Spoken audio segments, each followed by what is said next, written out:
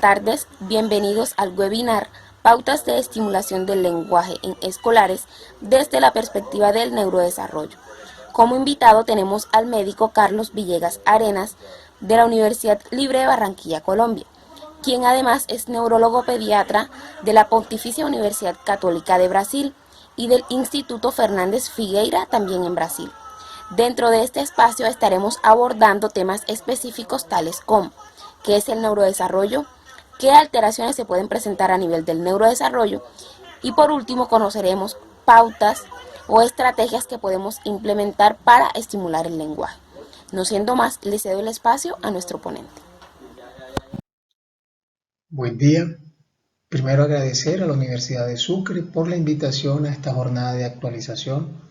Es un gusto poder estar aquí y compartir esta información con ustedes. El cerebro, en su proceso de neurodesarrollo, se ve sometido a un vasto y complejo proceso de transformación. Y uno de los procesos más complejos es el desarrollo del lenguaje. Hoy, ¿qué vamos a ver? Algunas generalidades del cerebro, el cerebro en sus primeros años, lenguaje y aprendizaje y relación con el cerebro, la plasticidad neuronal, emociones y cerebro. Y en el contexto actual de esta pandemia, en el cual muchos paradigmas del desarrollo, del aprendizaje y del comportamiento nos han hecho cambiar, ¿cómo podemos esperar algunos cambios en el cerebro? Y al final, algo para llevar a casa que nos permita tener un mejor entendimiento de cada uno de nuestros pacientes. Sabemos que el desarrollo neurológico es el proceso que culmina con la madurez funcional del cerebro. Va desde la vida fetal hasta la adolescencia. Y básicamente es el aumento de la capacidad de realizar cada vez funciones más complejas. Para que esto ocurra, él debe ser sometido a muchos estímulos ya marcados, algunos de ellos por herencia, el medio ambiente, el proceso de maduración propia del cerebro y los estímulos, es decir, el aprendizaje.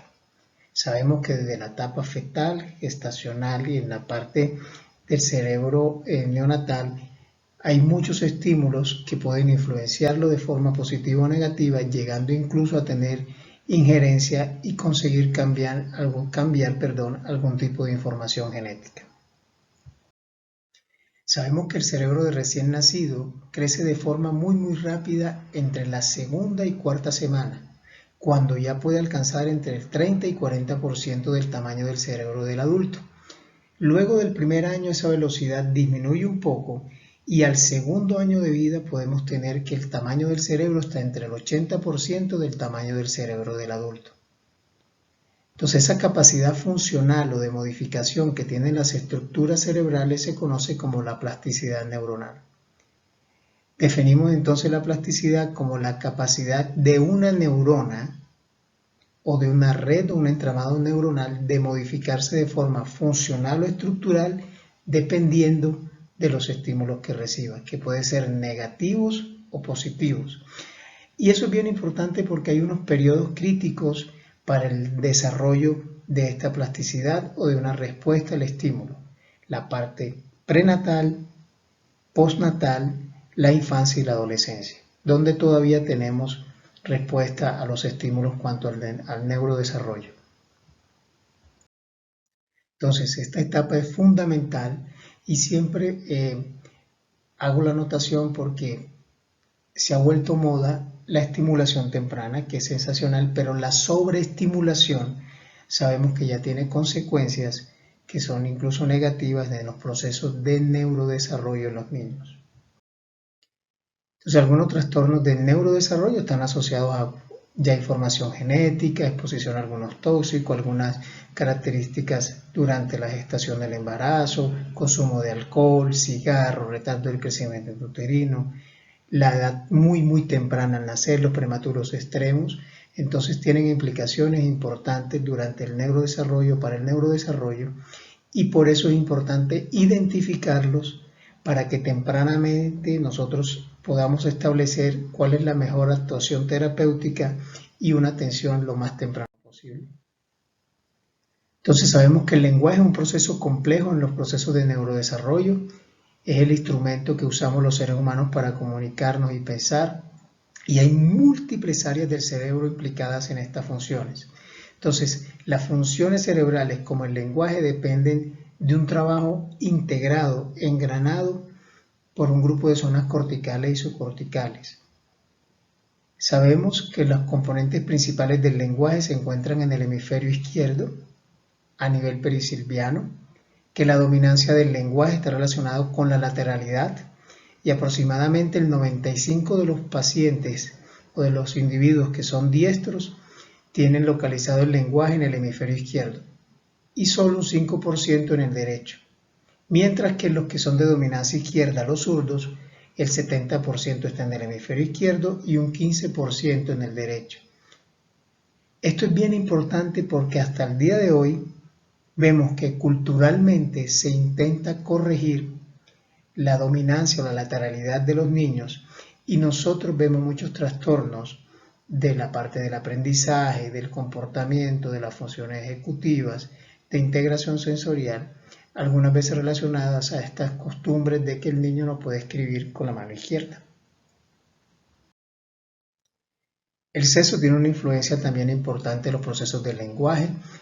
La dominancia tiende a ser de forma bilateral y en los hombres son más lateralizados a la izquierda. Esta distribución de la representación del lenguaje en el cerebro es bien importante. Algunas patologías como la afasia, el hecho de que sea más bilateral en las mujeres, hace que la recuperación sea más fácil en ellas, mientras que en los hombres es mucho más difícil. Es decir, la relación de la afasia es más frecuente en hombres en relación de 2 a 1, con respecto a las mujeres. La escolaridad es otra variable importante en la parte del desarrollo del lenguaje. Mientras más escolaridad, y se ha visto estudios que sujetos diestros con mayor escolaridad tienen un lenguaje más lateralizado a la izquierda y los sujetos con baja escolaridad tienen una representación bilateral del lenguaje. Por lo tanto, la incidencia de alguna patología tipo las afasias son mayores en estos sujetos de baja escolaridad. La capacidad de recuperación. La edad es otro aspecto que influye en la organización del lenguaje en el cerebro. Sabemos que al momento del nacer, el lenguaje estaría representado en forma bilateral. Primero es mucho más a la izquierda y está relacionado con la forma expresiva. En etapas más tardías se va hacia la parte posterior y es la zona que está más relacionada con la parte comprensiva. El desarrollo de estudios por imagen tipo resonancia nuclear magnética ha permitido conocer algo más sobre las bases neurológicas y localizaciones específicas del lenguaje y funcionamiento de cada una de estas áreas. Entonces, las áreas implicadas en el lenguaje tenemos las áreas de Wernicke y el área de Broca.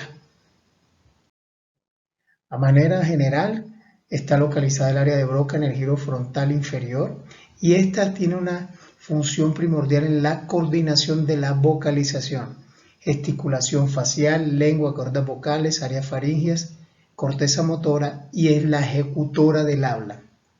Mientras ya el área de Wernicke tiene localización en el giro temporal y tiene función principal en cuanto a la comprensión del lenguaje. Las lesiones en esta región dan dificultad o tienen dificultad a nivel de la comprensión del lenguaje hablado. Como mencionado anteriormente, múltiples áreas del cerebro tienen implicación en los procesos del lenguaje.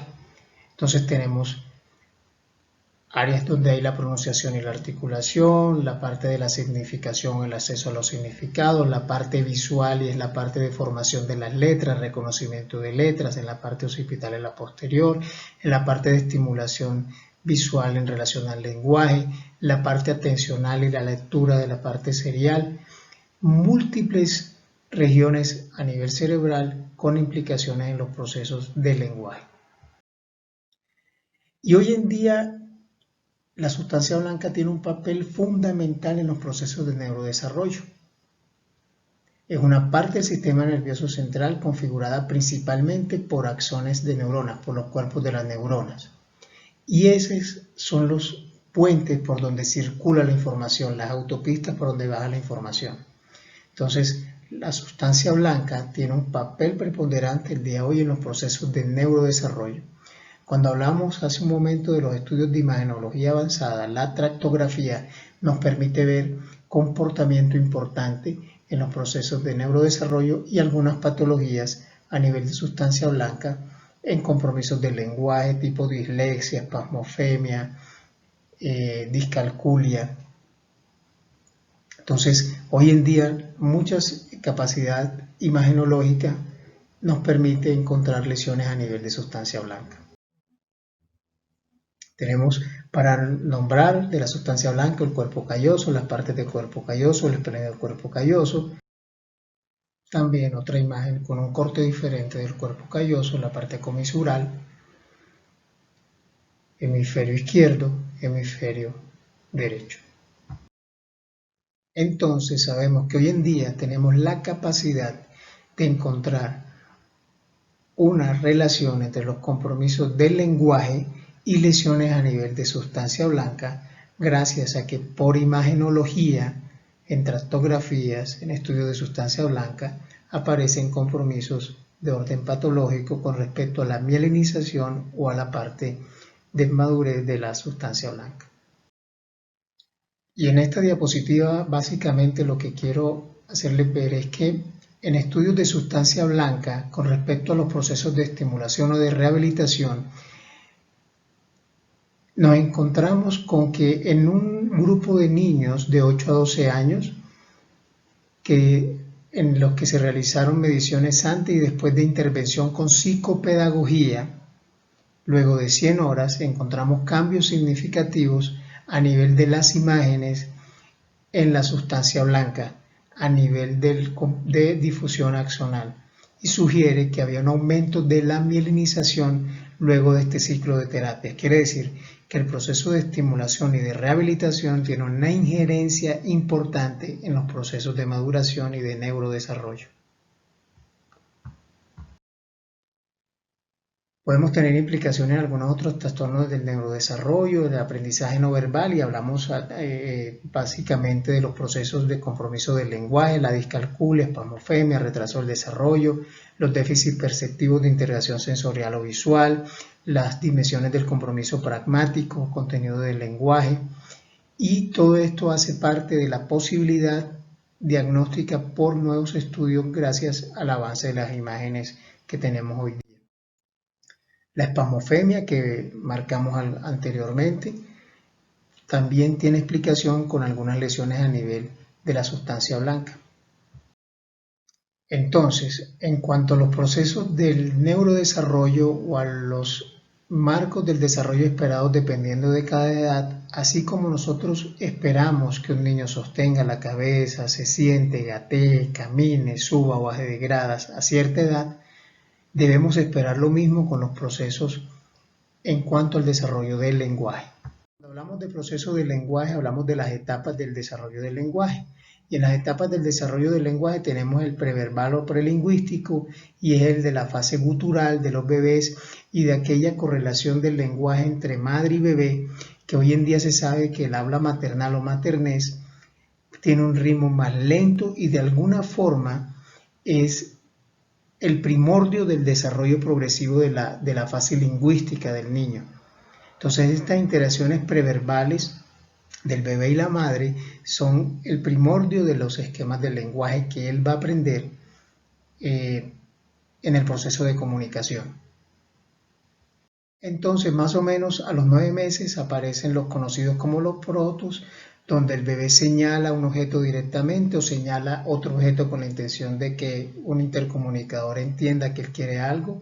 Ya en el primer año de vida los sonidos avanzan con vocalizaciones reflejas, llantos, gruñidos, consonantes, vocales, combinaciones monovisilábicos, el balbuceo, y las primeras palabras aparecen más o menos al año de edad, y aquí ya los bebés omiten y reemplazan fonemas y acercan la pronunciación con consonantes. Es decir, es lo que nosotros conocemos como el proceso de asimilación.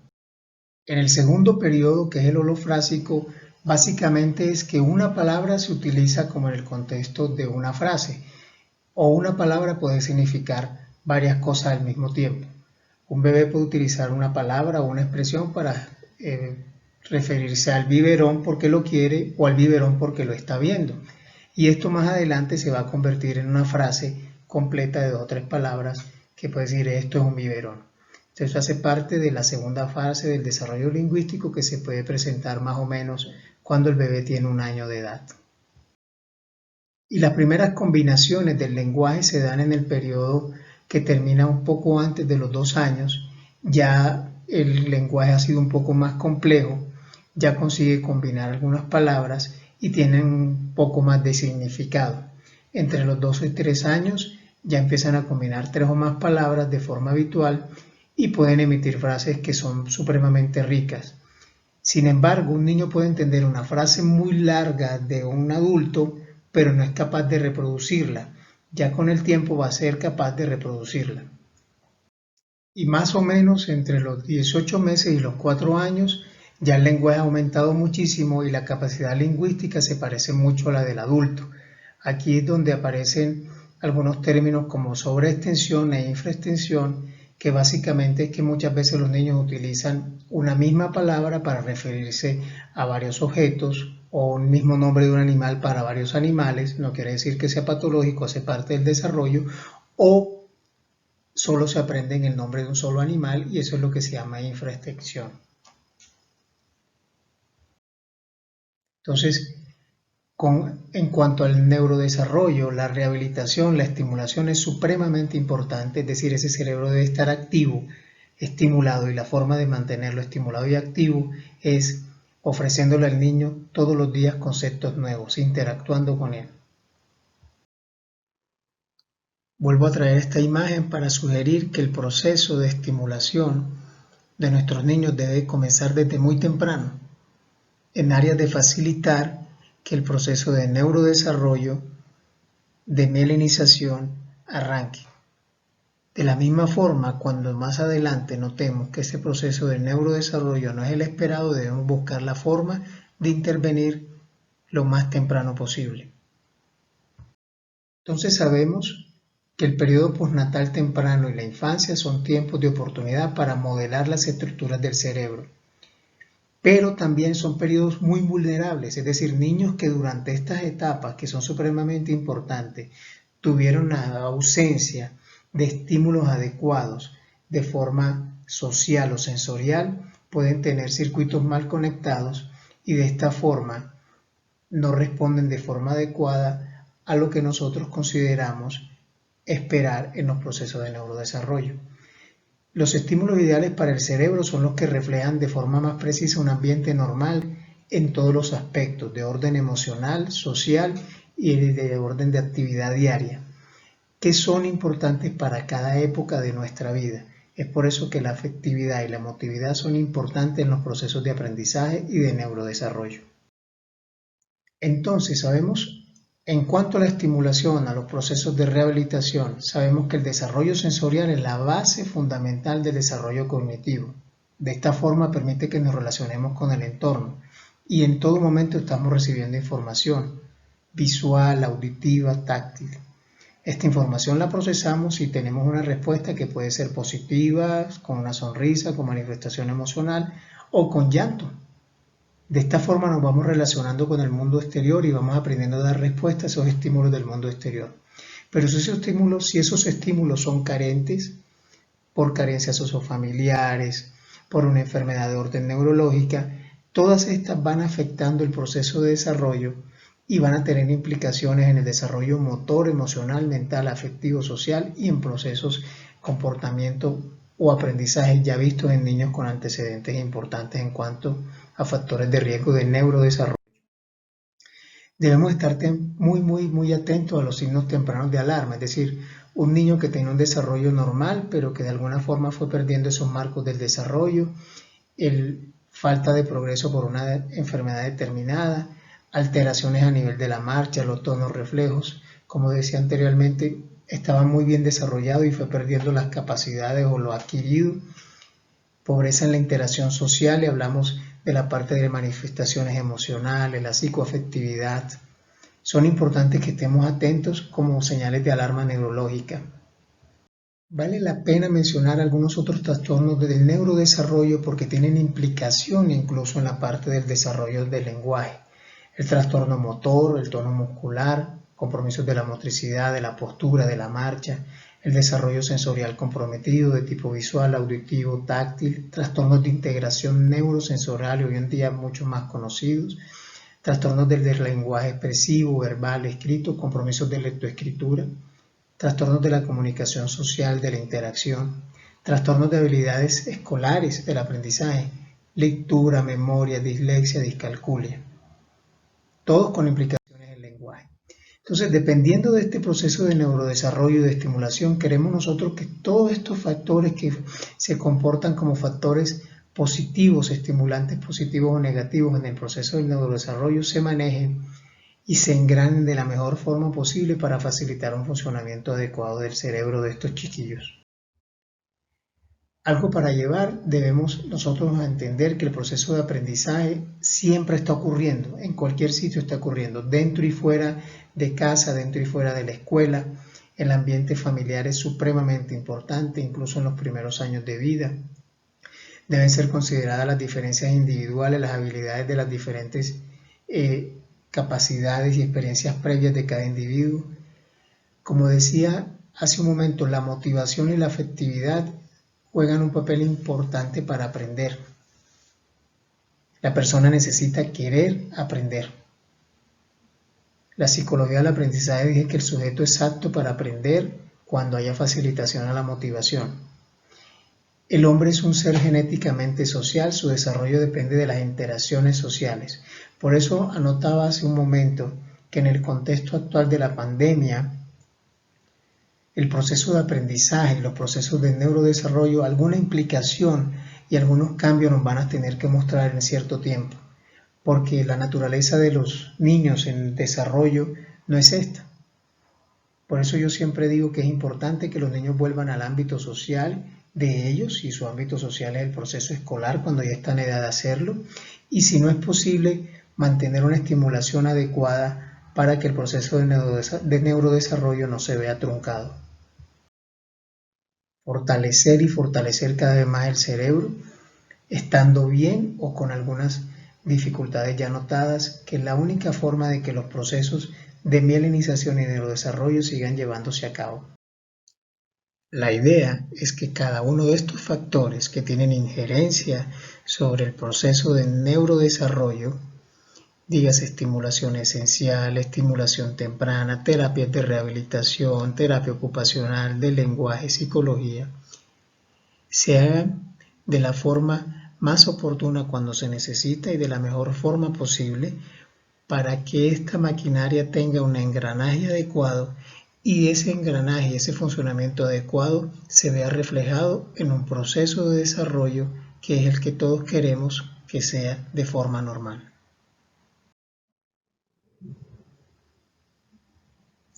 Esto era lo que teníamos para compartir con ustedes. Les agradezco muchísimo. Muchas gracias al doctor Carlos Villegas por ceder este espacio de su tiempo para compartir con nosotros. Muchas gracias a todos ustedes por su atención y también por el tiempo que se dieron para asistir a este encuentro. Esperamos que la temática haya sido de mucho provecho y enriquecedora para todos. Gracias.